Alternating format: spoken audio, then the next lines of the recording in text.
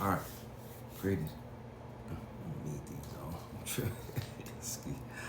Uh, Greetings in the name of Yahweh, in the name of thought and Yahshua Messiah, direction of the Holy Spirit. It's getting a little late, so I had enough go juice. Go ahead and put this last one in place before I return. This particular video here is going to be talking about astral correspondences. Astral correspondences and entities. What are they made of? Let's dive right into it. But if you're learning, this is benefiting you, show support to the algorithm. Get involved, interact with the video. A lot of people, I get so many views, that it makes sense that the very people that I'm trying to help are the very people that don't interact with the videos. But this is how it is. I'm not worried about it though. But yes, stay the topic. Astral correspondences and entities. I'm going to try to make this one here just a little bit more shorter. Astral entities, and dealing with it from the angle of the light of soul fracturing. Your emotions, especially emotions that are released from what they call surreal or excruciating, slow down my pronunciation, or excruciating pain. Your thoughts are your demons. I'm going to stop and I'm going to repeat that because that wasn't a misquote, okay? Your thoughts, all right, are your angels and your demons. Your benevolent thoughts come from what is known as your angelic side, your horrific and malefic and distorted thoughts come from your emotions. The opposite side, your distorted side of your emotions. And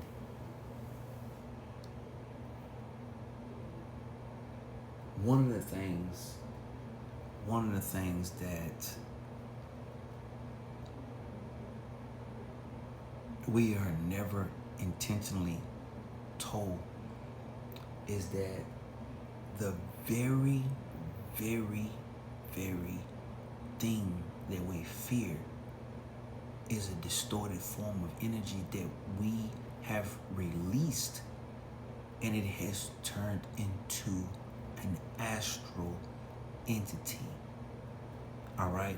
But it's then turned into an astral entity that you don't control. The energy was offered up. It was released because of agony, anguish, pain, suffering.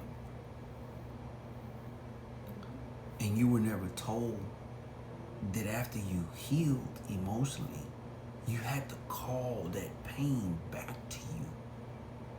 All right?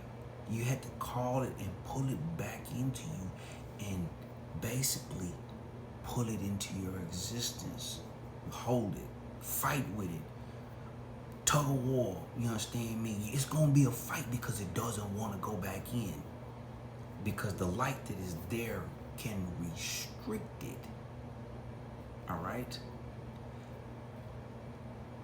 So what you're having to fight is your thought form that has created its independence outside of you and that is moving through the astral plane. So when you call your energy back, and you call your energy home and you demand this return, a lot of times y'all understand, y'all find yourself inside a spiritual skirmish, but you're really fighting with your old energy that has created an independence on the astral plane without you and doesn't want to relinquish its independence to be up under your control, so it fights you.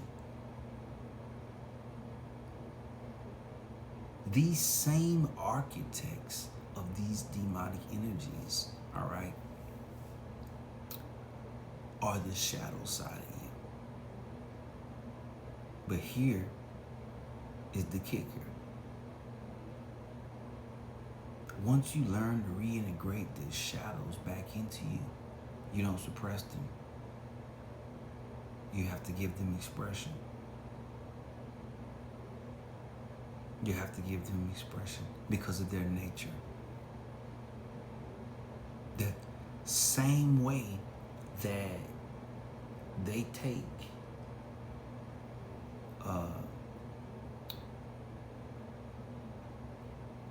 lions out of the wild beast and they try to domesticate them.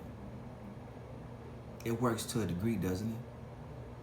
But what do they do that mimics their true nature in captivity?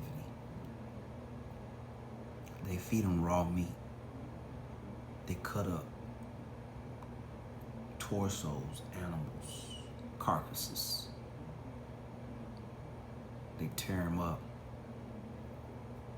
fresh, still warm, and they throw them into their containments, their living, their habitats. And where these animals are somewhat docile, they'll wait for the flesh to come into their habitat to be consumed. It's the same way. Your shadow self, even when it comes under your control,